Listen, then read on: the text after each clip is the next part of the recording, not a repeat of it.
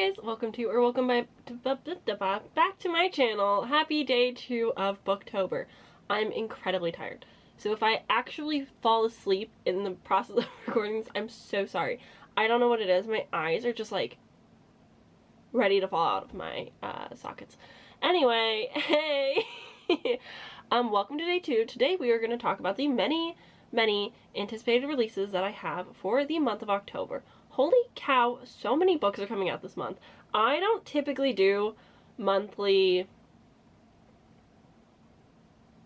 release videos just because a lot of people do them, and I genuinely lie in the same categories of like interest with them, and so usually I don't feel inclined to. I usually just do 2 a year, but because I'm posting every day for October, as well as the fact that I have some pre-orders coming in and just like overall books that I'm very excited for and want to talk about and maybe share with you if you haven't seen them, I thought this was the time because October 3rd is coming real fast, aka tomorrow, and therefore I want you to be ready for all of the things that you might want to go pick up.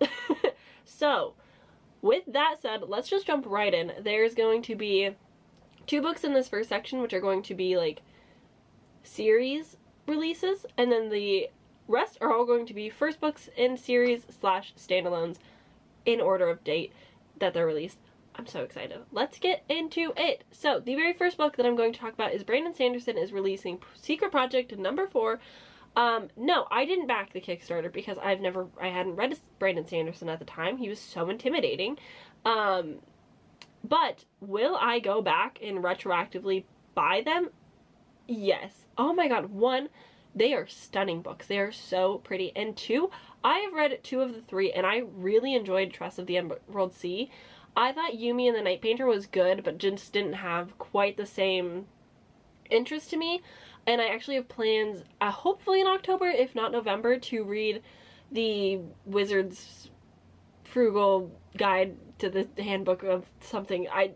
The Frugal Wizard's Handbook Guide. Very long title, don't ever remember what it's called, but I'm very excited to see what this 4th one is going to be about. I don't even know what it's titled yet. I just know that it's supposed to come out in October. I've been pretty lucky. I've been able to pick up the audiobooks either through my library or through Scribd.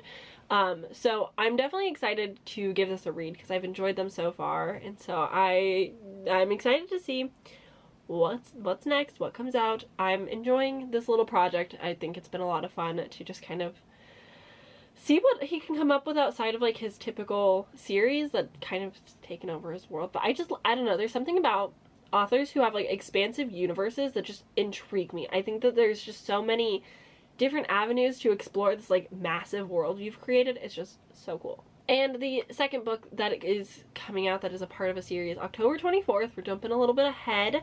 A Curse for True Love by Stephanie Gerber is coming out. This is the 3rd book in the Once Upon a Broken Heart trilogy. I haven't read them yet. I know. This is one of those things, like, I'm pretty sure I pre-ordered this. I'm pretty sure I pre-ordered this. I'm gonna feel so silly if by the time it comes around I don't get one, because that's gonna be so embarrassing. I'm pretty sure I did though. I have a plan, hopefully in October, to read the entire Caraval series and then jump into Once Upon a Broken Heart trilogy, and just binge them because I can. Because everybody read the first book when it came out and they were like,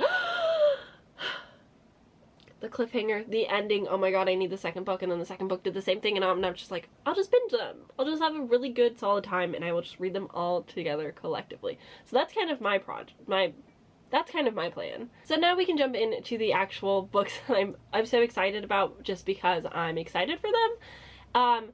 There's going to be 3 prominent dates. There's going to be October 3rd, October 10th, and October 17th because most publishers publish their books on Tuesdays. Tuesdays are book days.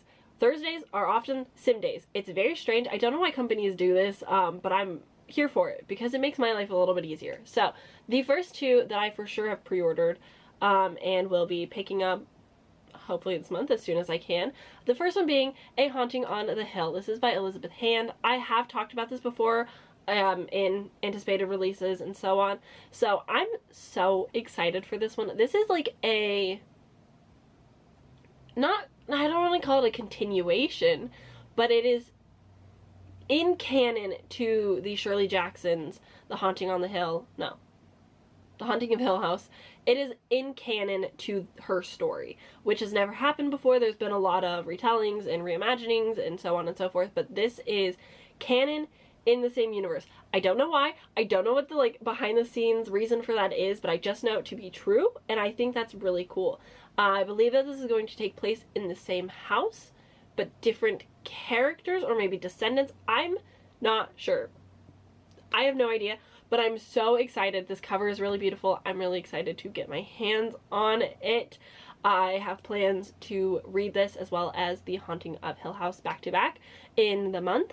I will be vlogging that experience because I just think it's going to be very fun. There's going to be a lot of buzz around this one. I can just feel it already. It's going to be a good time. I'm so excited. So the next one that I've also pre-ordered is The Starling House. This is by Alex E. Haro.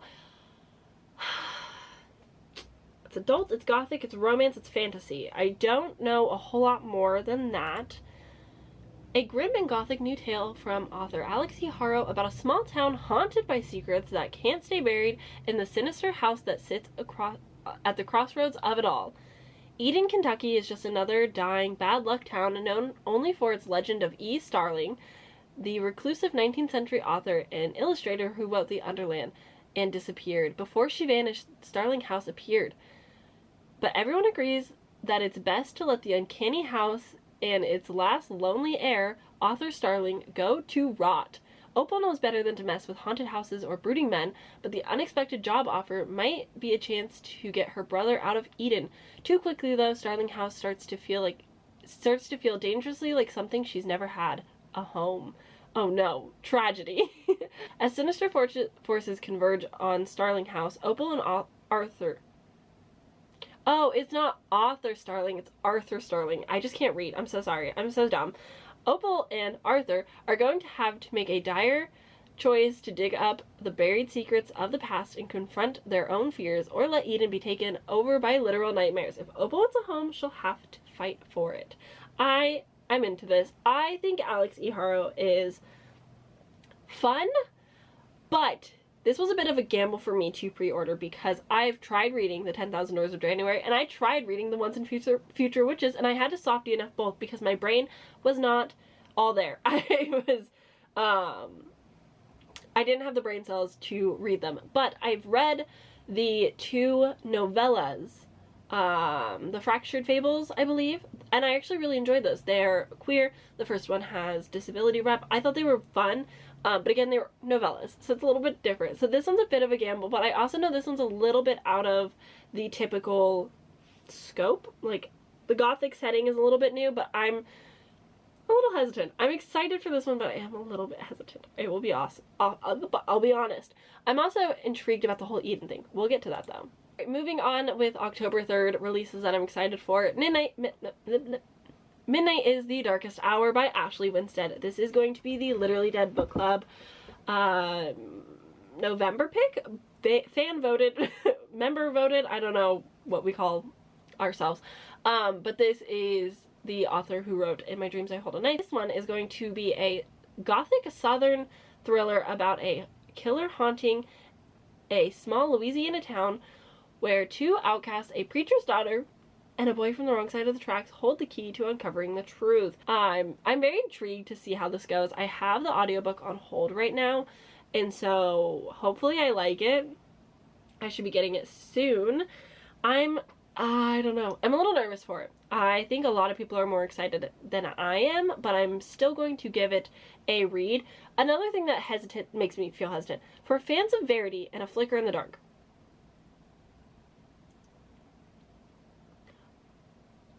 You're trying to attract a very particular type of audience when you compare a book to Verity. I'm just saying. We'll see how it goes. Alright, the next on this list is The List. I'm going to butcher the pronunciation. I'm so sorry. Yomi Adegoke? I'm so sorry. I suck. I know. we can blame the dyslexia, but it's truly just my 2 brain cells. I've actually seen my booktube friend read this. I will leave Violet Page's Kemi's channel down below for you guys to check out. She actually did a whole reading vlog dedicated to this, which is what initially put this on my radar.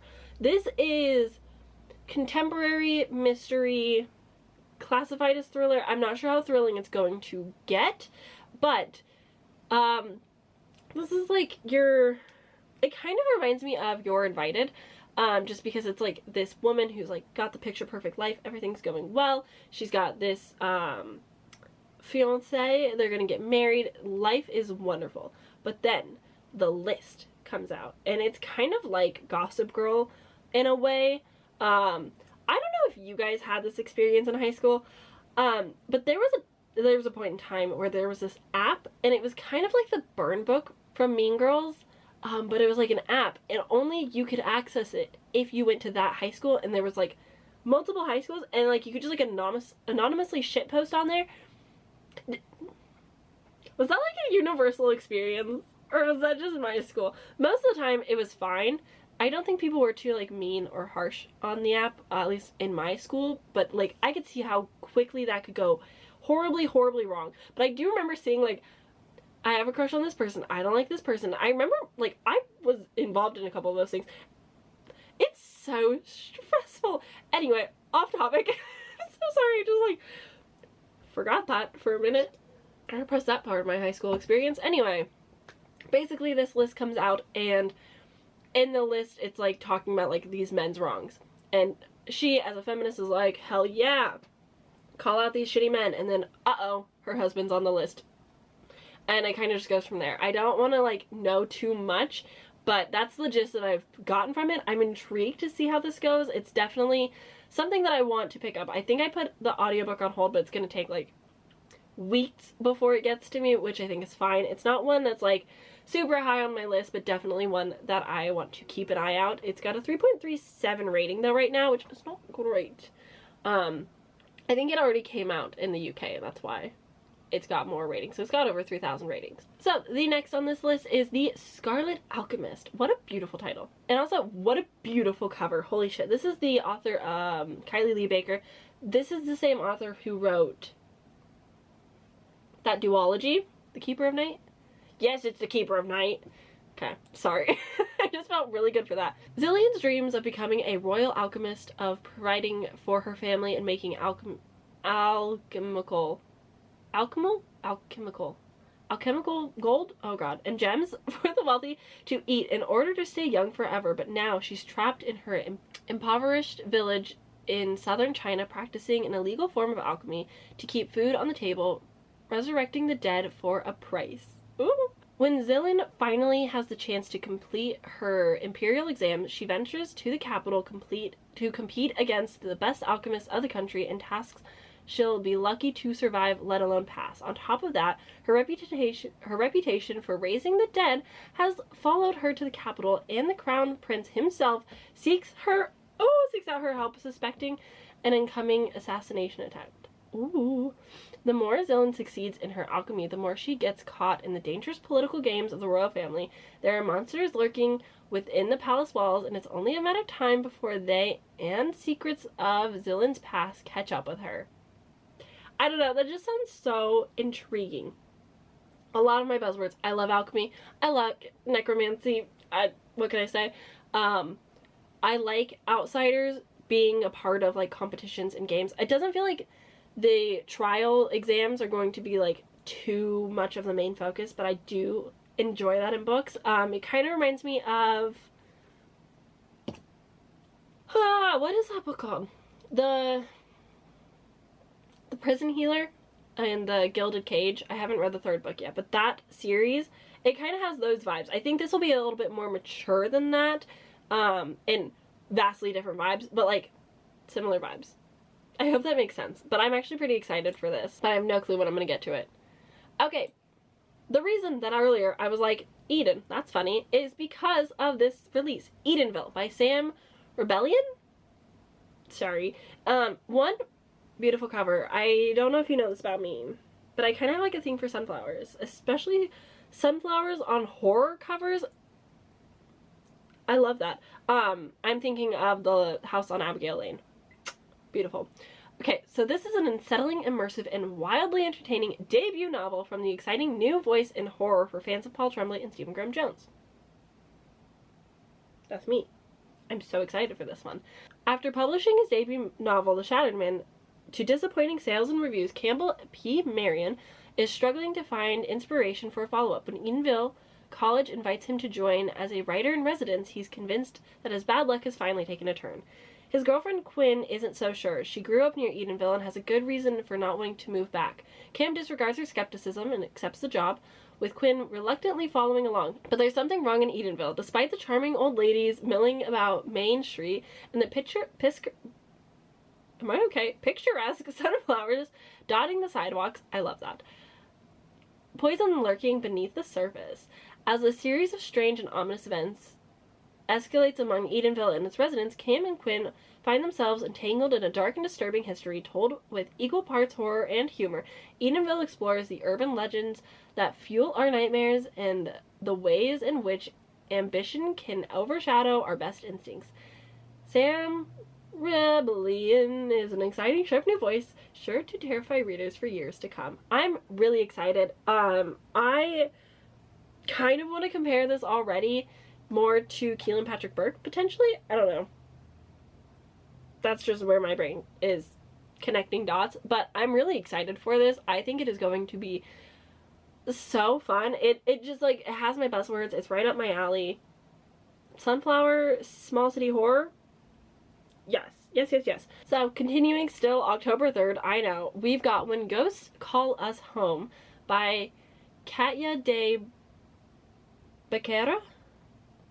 Haunting of Hill House meets found footage horror on this edge-of-your-seat thriller that explores the power of family ties and the trauma that lurks there. When Sophie was 12, she starred in her older sister's Leia's amateur horror movie Vermilion, which recorded raw footage of her very real reactions to scenes her sister concocted in their old Californian house on the coast. Shore House, I love when houses have names. In the years after the film's release, Sophie's relationship with her sister became more strained, while her memories of the now infamous house fueled her nightmares. Vermilion amassed an army of fanatical fans who speculate about the film's hidden messages, and it was rumored that Leia made a pact with the devil, her soul in exchange for fame and arcane knowledge. Sophie dismissed that as gossip until Leia disappeared. Now Sophie must try to study the trail of clues Leia has left behind, returning to the very place where it all began. As she gets closer and closer to Shore House's haunted heart, I love that, House's haunted heart, ooh, she must once again confront the ghosts of her childhood, but the house won't reveal its secrets without a fight. This sounds right up my alley. I love a haunted house. This cover, are you kidding me? It seems so spooky. It seems very mysterious. That's not a word. It seems very mysterious. It kind of is, like, in my head, reminding me a little bit of House of Hollow, but I think this is going to be scarier and a little bit more intense. I keep saying that I'm hoping things are just, like, a little bit more mature, but, like, they're still young adult, so, like, that's not a for sure given. I just want it to be a little bit more mature, but I'm very excited. This is another book that I've already mentioned on my channel in previous anticipated releases. This is Curious Tides by Pascal Lascelles, I think, and the catch is Ninth House meets a deadly education in this gorgeous dark academia fantasy following a teen mage who must unravel the truth behind the secret societies that may be involved in her classmates' death. I am on quite the dark academia kick. I'm really hoping, like, this fall is my season for dark academia. I just really want to devour it, encompass it, kind of be it. I think maybe because I was studying so much that I just, like, wished that whilst I was studying very boring tax law that it had the, like, mood of dark academia, and it didn't, and so now I'm on the hunt for that feeling. I don't know what to say about that, but I'm excited. I've been really enjoying fantastical dark academia that has, like, true magical elements. There's just something about that, just, like, gives it a little bit something new. I will forever love If We Were Villains with my whole heart, but I'm struggling so hard to pick up The Secret History, so I like just being able to switch up that classic dark academia trope and style just a little bit, with a little bit of different magic. It's fun. So I'm pretty excited for this one. Okay. This next one is one of those books where, like, you see the cover, you read a line, and you go, yes, I want to read that. I've not read the synopsis of this. This is Night of the Witch by Sarah Rash and Beth Revis. And it says, a witch and a hunter. Vengeance is their mission. Love is their destiny. That's it. This is young adult, romance, fantasy, historical. Should I read it? Maybe. Am I going to? I don't know. I'm not, like, jumping for joy over this one, but I am intrigued. I am excited. I think it'll be fun. It's not one that I'm, like, gonna put everything down to read, but it is one that I definitely want to keep my sights on, see what the vibe is, see if people are enjoying it or not. I just... Witches, vampires, werewolf, it's just all fun. It's a good time. Alright, this is the last one that I know of that I'm excited for, that is being released on October 3rd, and it is The Hurricane Wars by Thea Guanzin. The heart is a battlefield. Growing up an orphan in a nation under siege by a ruthless emperor, Taliesin has found her family among the soldiers who fight for their freedom. But she is hiding a deadly secret. Light magic courses through her veins, a blazing power believed to have been wiped out years ago that can cut through the Night Empire's shadow. And then Prince Alaric is the only son and heir, has been forged into a weapon by his father, tasked with obliterating any threats that come to the rule with the strength of his armies and mighty shadow magic. Alaric has never been bested, that is, until he sees Taliesin burning brightly on the battlefield with the magic that killed his grandfather, turned his father into a monster, and ignited the Hurricane Wars. In a clash of light and dark, the powers merge, creates a force the likes of which has never been seen. Oh my goodness. Taliesin and Alaric both know this war can only end with them, but a greater threat is coming, and a strange new magic that they can create together could be the only way of overcoming it. Thrust into an uneasy alliance, they will confront the secrets at the heart of the war and find in each other a searing passion, one that could save the world or destroy it. An exquisite fantasy brimming with unforgettable characters, sizzling enemies to love a romance, and a richly drawn world. It is a breathtaking debut of an extraordinary new writer. My throat is getting sore from talking so much. Oof. Yeah, this one intrigues me. I think it's going to be fun. It is a plot synopsis that I've, like, read a lot. I feel like a lot of fantasy that I've been getting in my subscription boxes lately has been very much this. I would be very intrigued to see if this is an October pick for one of the book boxes, because it sounds like it would be right up specifically Illumicrate's alley. So I'm definitely intrigued to see if that comes my way or not. If not, cool, but I would like to know. Oh, this is adult. Gasp. I did not know that. I thought this was totally young adult. Okay, that's exciting. This is going to likely be a trilogy, I'm thinking. So we will see how it goes. I'm intrigued. Again, it's not like the most revolutionary new plot, but I am definitely excited for it. Moving right along to October 10th. This is my girl, Last to Leave the Room by Caitlin Starling. This is the author of The Death of Jane Lawrence, which I love. That is one of my favorite books of all time. It is so freaking good. I really should do a reread this month. That sounds like so much fun. So this is horror, but it's also science fiction, which I'm intrigued about. I definitely am intrigued. It's also adult, and it's queer. We love that. The city of San Sirocco is sinking. The basement of Dr. Tamsin's river, the arrogant, selfish head of the research team assigned to find the source of the subsidence, is sinking faster. As Tamsin grows obsessed with the disorienting dimensions of the room at the bottom of the stairs, she finds a door that didn't exist before. And one night, it opens to reveal an exact physical copy of her. This doppelganger is sweet and biddable, where Tamsin is calculating and cruel. It appears fully terribly human, passing every test Tamlin can devise. The longer the double exists, the more Tamlin begins to forget pieces of her life, to lose track of time, to grow terrified of the outside world. As her employer grows increasingly suspicious, Tamsin must try to hold herself together long enough to figure out what her double wants from her and just where this mysterious door leads. Interesting. Might I say, like, a mix of House of Leaves and then, like, the Echo Wife or something? Like, how very interesting. I did not see the whole doppelganger twist coming. That really shocked me. I'm intrigued. I'm excited. I want to read this.